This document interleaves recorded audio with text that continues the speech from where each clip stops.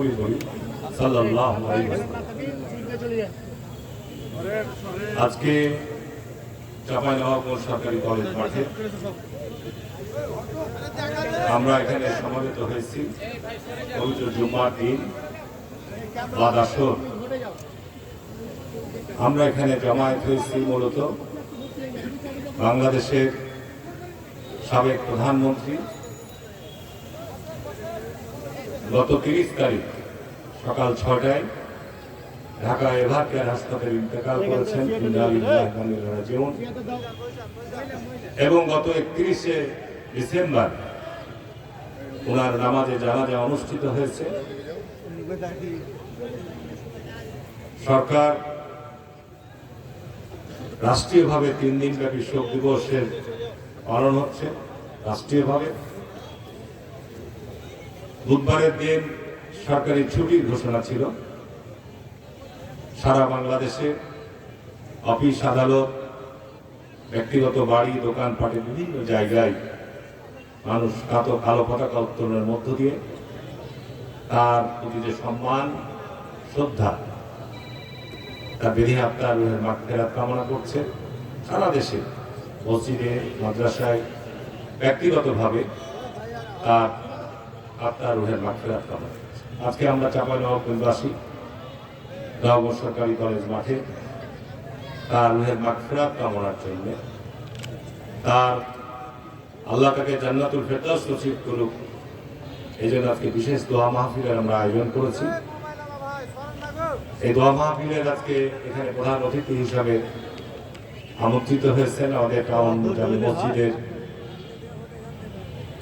ইমাম খতিব, আমাদের মাদ্রাসা জেসামিয়া মাদ্রাসার প্রিন্সিপাল জনাব মাহবুব রহমান, মাওলানা মাহবুব রহমান। এখানে বিশেষ মেহমান হিসেবে উপস্থিত হয়েছেন আমি যে মসজিদে নামাজ আদায় করি আমার বাড়ির পাশেই পাঠানপাড়া জামে মসজিদ এবং মাদ্রাসার খতিব এবং প্রধান ইমাম আমানুল্লাহ মান ভাই সহ উপস্থিত এখানে বিএনপির অঙ্গ সংগঠনের নেতৃবৃন্দ এবং আজকে এই মাঠে আমার প্রিয় মা বোন এলাকার বিভিন্ন দূরদূরান্ত থেকে আজকে আপনারা উপস্থিত হয়েছেন। আপনারা 31 তারিখ বিভিন্ন ইউনিয়নে গায়েবেলা জানাজা করেছেন, পৌরসভায় গায়েবেলা জানাজা করেছেন এবং আপনারা নিজ নিজ আপনারা দোয়া করছেন। আমি আসলে আমার মাকে হারিয়েছি 2006 সালে। আমার জন্মদাতা মা, আমার অভিভাবক। মা হারার ব্যথা বেদনা কষ্ট নিয়ে আজকে আমি আরেকজন অভিভাবককে হারিয়েছি। আমার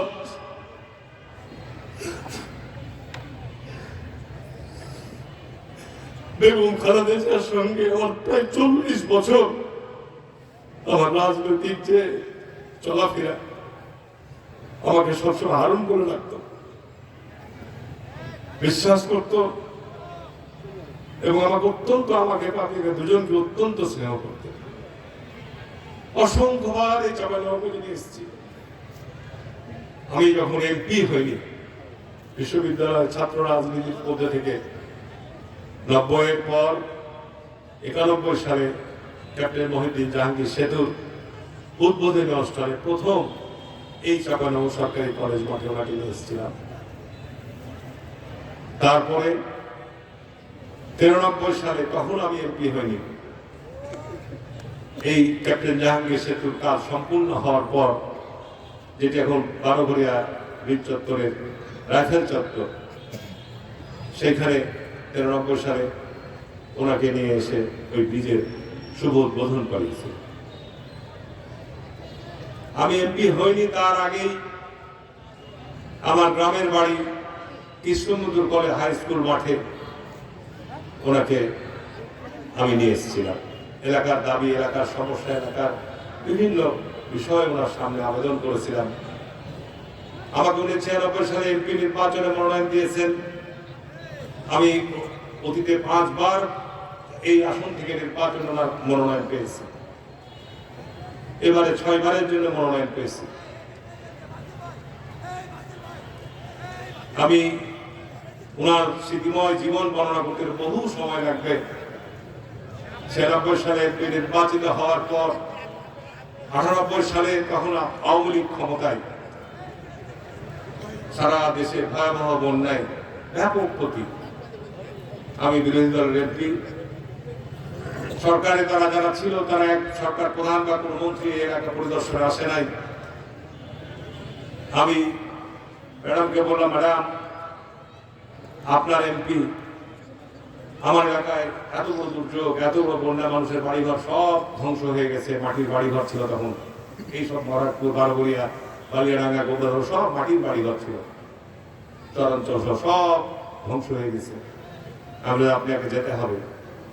উনি আমার দাওয়াত গ্রহণ করেছিলেন এবং 8টা থেকে 10টি জায়গায় উনি ত্রাণ বিতরণ করে গেছিলেন। সেই রানীহাটি ইউনিয়ন, বারোঘরে union, Maharajpur union, Gobratala union, Baliadanga পৌরসভার অনেকগুলো ওয়ার্ডে উনি উপস্থিত থেকে মানুষকে সান্ত্বনা দিয়ে গেছিলেন।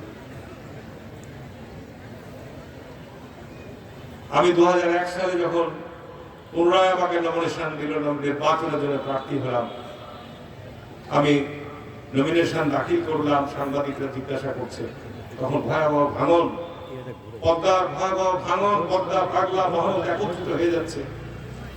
আমরা গোটা জেলা, এই জেলা একটা ভয়ানক হুমকির মধ্যে, আমাদের অস্তিত্বের সংকট, আমরা সব ভাঙনের মধ্যে পড়ে যাব।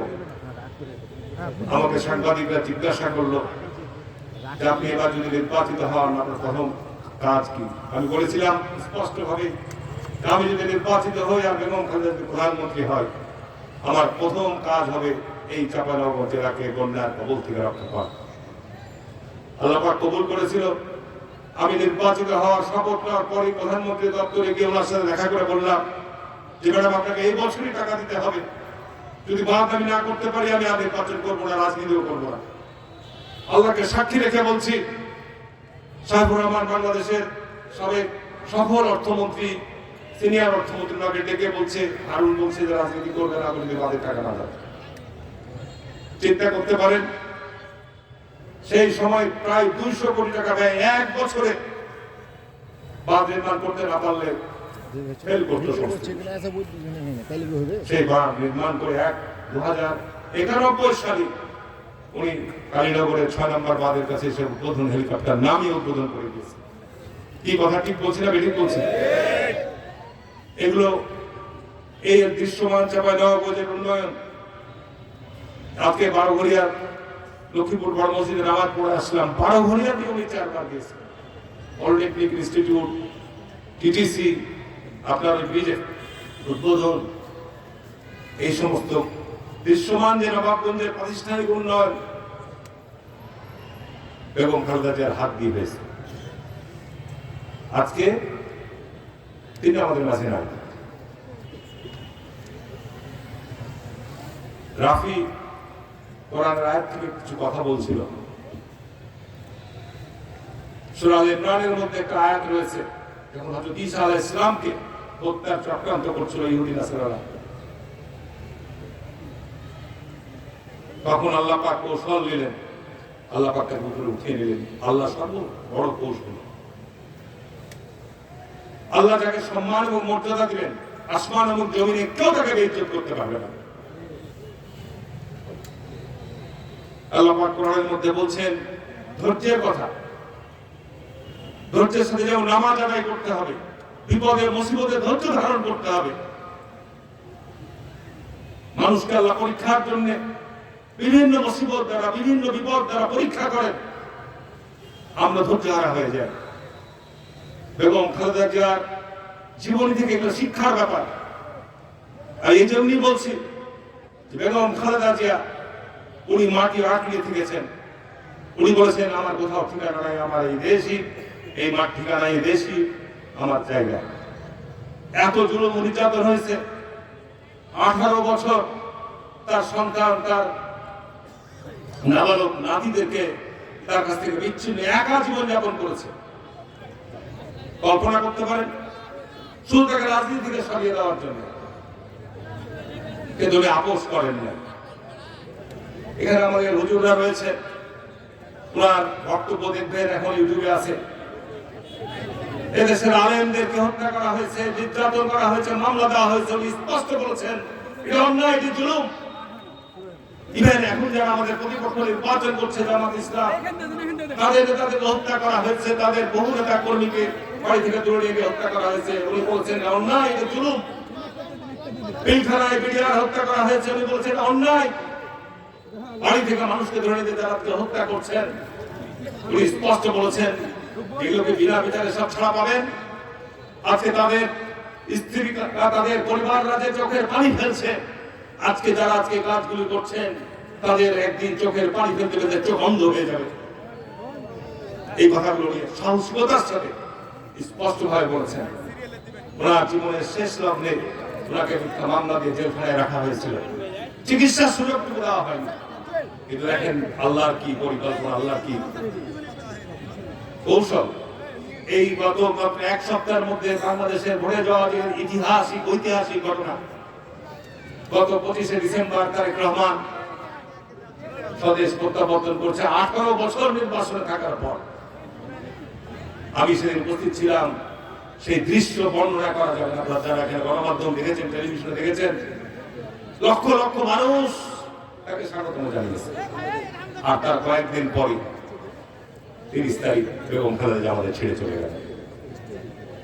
কিন্তু অত্যন্ত ঐতিহাসিক একটি বিষয় যে 29 তারিখ ছিল নমিনেশন পত্র দাখিলের শেষ দিন। আমাদের নির্বাচন নিয়েছিল সংশয়, নির্বাচন হবে কি হবে না। আমি একদিন নমিনেশন ফর্ম তোলার দিন দোয়া করেছিলাম, আমরা ভাই সেদিন ছিল, বলেছিল আল্লাহ পাক অন্তত পক্ষে বেগম খালেদা জিয়াকে নির্বাচন পর্যন্ত বাঁচিয়ে রাখে। কিন্তু আল্লাহর কি অশেষ রহমত, দেখেন কি পরিকল্পনা, যে উনি অন্তত পক্ষে দেশকে একটি গণতন্ত্রের পথে উঠিয়ে দিয়ে গেছেন। উনি টিপসই দিয়ে ওনার 3টা আসনের মনোনয়ন দাখিল করে উনি দুনিয়া থেকে চলে গেছেন। এগুলো নিদর্শন। আল্লাহ পাক বলছেন কিয়ামত পর্যন্ত তোমাদের বিভিন্ন নিদর্শন দেওয়া হবে। বেগম খালেদা জিয়া আমাদের নিদর্শন। উনি যে স্যাক্রিফাইস করেছেন, উনি যে ধৈর্য ধারণ করেছেন, এখন দেখবেন ওনার জীবন নিয়ে কত কে লিখবে। কালকে দেখছিলাম একজন জেলের কর্মকর্তা বলছে যে প্যারোলে তার মা মারা গিয়েছে, তাকে দিয়ে গিয়েছে। তখন জেলখানা কর্তৃপক্ষ বলছে যে আমার সময় শেষ। উনি খাওয়ার টেবিলে খাবার রেখে দিয়ে উঠে চলে গেছেন। বলছে আমার কারণে যেন ওই জেল কর্তৃপক্ষ কোনো বিপদে না পড়ে। চিন্তা করতে পারে এইরকম তার দৃষ্টান্তগুলো আজকে আমাদেরকে চিন্তা করতে হবে। আমরা সবাই যদি থেকে চলে যাব। জিয়াউর রহমান মৃত্যুবরণ করেছিলেন, আজকে বাংলাদেশের সবচাইতে শ্রেষ্ঠ জায়গায় তাকে দাফন করা হয়েছে। এবং কোথায় দাফন হবে, কোথায় তার কবরস্থান হবে, এটা কেউ জানতো না। আল্লাহর কি রহমত দেখেন, রাষ্ট্রীয়ভাবে রাষ্ট্রীয় মর্যাদায় বেগম খালেদা জিয়াকে আজকে দাফন করা হয়েছে এবং তার স্বামীর পাশেই তার স্থান করে দেওয়া হয়েছে। সরকার সিদ্ধান্ত নিয়েছে, সরকার সমস্ত ব্যবস্থা করছে। আমি বক্তব্য বাড়াবো না।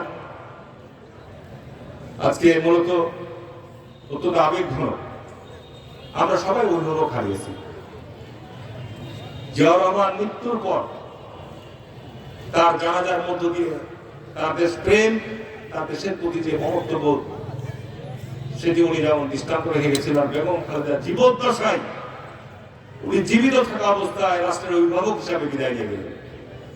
সর্বস্তরের জনগণ, এদেশের আলেম সমাজ বলেন, এদেশের দল মত নির্বিশেষে, সরকার বলেন, সকলেই এক অভিভাবকের, জাতীয় অভিভাবকের মর্যাদা দিয়েছে। এটি বিরাট বড় মর্যাদার ব্যাপার, সম্মানের ব্যাপার। এটি থেকে প্রমাণ হয় যে আমরা যদি সত্যিকার অর্থে আমাদের দেশ প্রেম থাকে, আমাদের দেশের প্রতি যদি মমত্ববোধ থাকে, অন্যায়ের বিরুদ্ধে যদি আমরা সোচ্চার হই, তাহলে পরে অবশ্যই আল্লাহ পাক পুরস্কৃত করবেন। আমি আর বক্তব্য বাড়ালাম না। আমাদের আজকে মেহমানবৃন্দরা তাদের বক্তব্যের মধ্য দিয়ে এবং সবশেষে দোয়া হবে ওনার জন্য। আমাদের হুজুর মাহবুব রহমান দোয়া পরিচালনা করবেন। আমি আপনাদের সবাইকে অনুরোধ করবো, আজকে তারা এখানে উপস্থিত হয়েছেন, আপনাদের নিজ নিজ সামর্থ্য অনুযায়ী নিজ নিজ জায়গা থেকে তার বিদেহী আপনার রুহের মাগফিরাত কামনা আপনার দোয়া করবেন।